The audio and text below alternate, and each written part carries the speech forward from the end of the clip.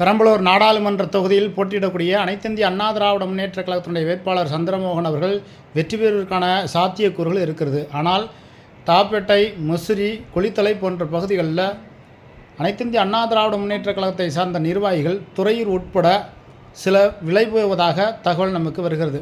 நமது நகரம் என்ற சேனலில் தொடர்ந்து நம்ம செய்திகளை வெளியிட்டு வருகிறோம். லால்குடி, மண்ணச்சநல்லூர் போன்ற பகுதிகளில் அனைத்திந்திய அண்ணா திராவிட முன்னேற்ற கழகத்திற்கு கூடுதலான ஓட்டு வங்கிகள் கிடைப்பதற்கான வாய்ப்புகள் இருந்தும் இங்கும் சில பேர் விலை போவதாக சொல்லப்படுகிறது.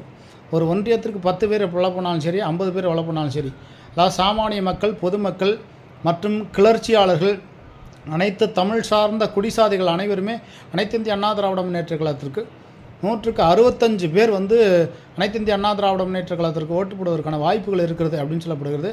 அதே நேரத்தில் பெரும்பிடுகு மித்திரையர்கள் மற்றும் தேவேந்திரர்கள், முக்குளத்தூர், குறும்ப கவுண்டரெல்லாம் அதிமுகவுக்கு ஓட்டு போடுவாங்கன்னு சொல்லப்படுகிறது.